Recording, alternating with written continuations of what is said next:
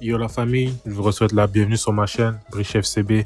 Tout d'abord les gars, en fait on se retrouve aujourd'hui pour le débrief de la défaite du Barça 1-0 à l'extérieur face à la Sociedad à San Sebastián. On perd 1-0, j'ai envie de dire. Première défaite, première contre-performance sous l'ère flic. Mais les gars, avant de tout, j'aimerais adresser un peu mon absence des derniers jours.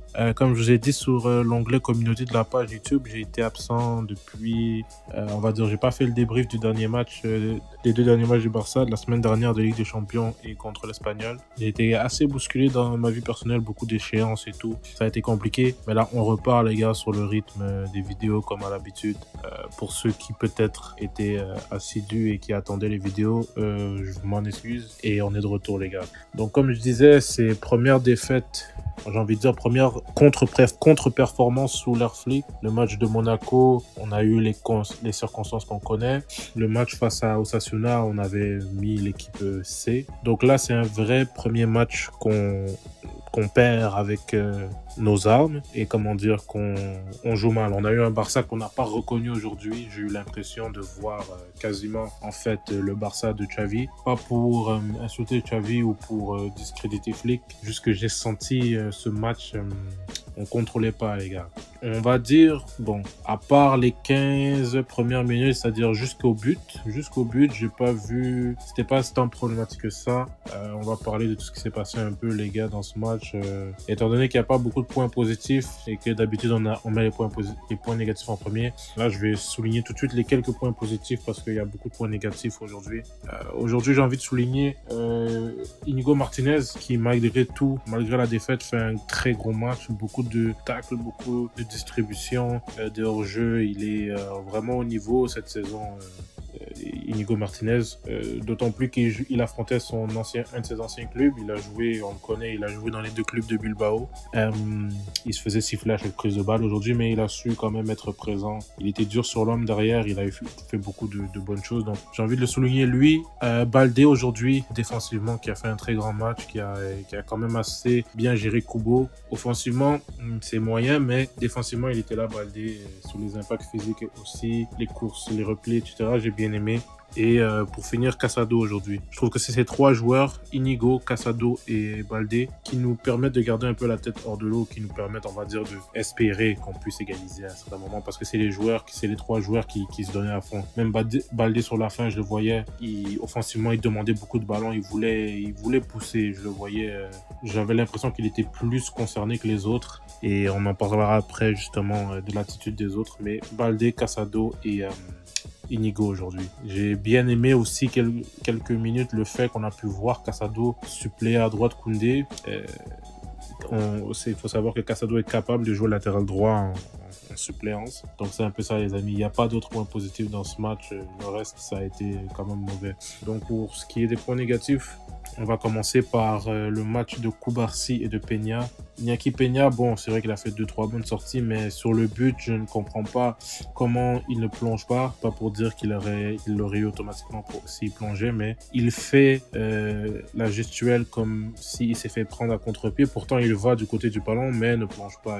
Il s'agenouille du côté du ballon et regarde rentrer. J'estime qu'il doit au moins faire le geste. Peut-être qu'il peut aller la chercher, on ne sait pas, mais il doit faire le geste. Ensuite, Cubarsí, j'ai vu, il y a une erreur sur le but, il glisse. Bon, c'est pas tant de sa faute, mais il a eu beaucoup de petites erreurs comme ça. Il a glissé 2-3 fois. Peut-être que c'était pas une bonne idée de le faire jouer après son coup qu'il a pris et de le faire jouer avec le masque. Les gars, c'était peut-être pas une bonne idée, mais bon, c'était un match sans aujourd'hui pour lui. Même dans sa distribution, il a raté beaucoup de ballons. Il en a jeté à l'extérieur, etc. Koundé, les gars, aujourd'hui, Koundé, j'ai même pas envie de lui tomber dessus parce que avec ballon, Koundé venait nous sortir une masterclass face à l'Étoile Rouge. Mais là, aujourd'hui, avec ballon, il était tout seul. Il n'avait pas d'ailier. À noter que Lamine Yamal n'a pas été convoqué aujourd'hui pour des raisons de blessure. On en reparlera dans une actu Barça qui viendra demain, mais Koundé était officiellement aligné sur l'aile avec Fermín Lopez, mais à chaque fois qu'il avait le ballon, il n'y avait aucune option. Fermín Lopez ne jouait aucunement comme un ailier, donc Koundé devait se débrouiller devant. Et on sait que Koundé, c'est pas un joueur qui va aller éliminer des défenseurs, alors qu'il est déjà lui-même un défenseur. C'est beaucoup plus un joueur qui est dans la combinaison, dans les appels de balle, dans les remises, etc. Mais là, il avait personne pour combiner. Donc un match sans pour lui, mais c'est même pas de sa faute, les gars. Au milieu de terrain, c'est pas très mal. Pedri, il a fait ce qu'il pouvait, mais le Barça était dans un jour sans dans sa globalité. De Jong, contrairement à ceux qui peuvent lui tomber dessus en ce moment, moi j'ai bien aimé sa première mi-temps. Après, sa première mi-temps. J'ai plutôt ses 25 premières minutes, il faisait des bonnes portées de balle, même sur le but, c'est lui qui porte le ballon, il tente de frapper, etc. J'ai quand même aimé, après, il s'est fait cogner, je crois qu'il avait une douleur à la jambe parce qu'on l'a frappé et tout. Ça l'a sorti un peu de son match, mais bon, c'est un peu à l'image du reste du Barça, les gars. Il y a beaucoup de mauvaises choses sur ce terrain. Rafinha, j'ai pas compris son placement. Rafinha, tout comme Fermin, qui sont supposés être les ailiers aujourd'hui. Rafinha, il a toujours joué comme ça, il a toujours joué ailier gauche dans le demi-espace, mais quand on met Rafinha là et qu'en plus il y a Fermin qui joue un peu partout, mais qui est partout sur le terrain, sauf sur l'aile droite, je trouve que ça débalance un peu l'organisation de jeu, les créations des occasions, parce que là, on n'a pas d'ailier gauche, pas qu'on n'a pas d'ailier gauche, mais Rafinha est beaucoup plus attiré vers l'axe, et on n'a juste pas d'ailier droit, parce que Fermin est partout sauf sur l'aile droite. Je trouve que, vraiment, en parlant de Fermin, c'est le joueur qui a le moins bien joué aujourd'hui, qui nous a le plus pénalisé. Je ne l'ai pas vu réussir beaucoup de passes, beaucoup de dribbles, quoi. Il a beaucoup perdu de ballon. C'est vrai qu'il avait de l'envie et tout, mais c'était pas un match pour lui. Je crois qu'il aurait dû sortir beaucoup plus tôt, directement à la mi-temps. On a attendu un peu trop longtemps pour le sortir et ça nous a pénalisé. Levan, il est quasiment, à part son but qu'on va parler aussi, il est quasiment absence invisible ce match-ci. Il cherche un peu les remises, les déviations et tout, mais c'était pas une journée pour ça aujourd'hui, les gars. Et c'est pas non plus de sa faute parce que, si personne n'est là pour le trouver, qu'est-ce que Levan va faire? On va pas s'attendre à ce qu'il revienne encore et se prendre pour Van Basten comme les saisons dernières, les gars. Il doit rester devant et on doit le servir, mais on doit le servir. Mais on n'arrivait pas à le servir aujourd'hui. Donc vraiment, les gars, c'était pas une bonne performance, que ça soit collectivement ou individuellement pour chacun des joueurs, à part les trois que j'ai cités. Mais il est temps aussi de parler, les gars, de cette action litigieuse que je ne comprends pas jusqu'à maintenant. Je sais qu'on ne doit pas parler d'arbitrage, mais justement, les gars, dans les situations comme aujourd'hui, ça me rappelle un peu la saison dernière, là, comme je vous disais que ce Barça m'a rappelé la saison dernière. Cette action aussi me rappelle la saison dernière, c'est-à-dire que des moments cruciaux comme ça qui peuvent être très décisifs pour un match, même pour une saison. Je ne comprends pas comment on nous siffle un hors-jeu aussi, pas flagrant, mais sur le ralenti, on voit qu'il n'est pas hors-jeu. On se dit, peut-être il y a 1 millimètre, etc. On nous montre la technologie avec le 3D, peut-être je vous la mettrai à l'écran. On nous montre l'image du hors-jeu, mais on voit que, ok, il y a hors-jeu. Au début, à première vue, on se dit d'accord, il y a hors-jeu. On regarde bien, on voit que la VAR a tracé une ligne en mettant le pied du défenseur qui est hors-jeu, alors que c'est le pied justement qui couvre le hors-jeu. On dirait qu'ils se sont trompés vu que les hologrammes ont automatiquement la même couleur de chaussure et qu'il y a une position bizarre. Ils ont assumé que le point qui dépassait, c'était le pied de Levan. Mais en vrai, dans l'image, comme on la voit, si je vous la mets à l'écran, c'est effectivement le pied du joueur. Donc, Levan n'est pas hors-jeu sur cette action et je comprends pas, les gars.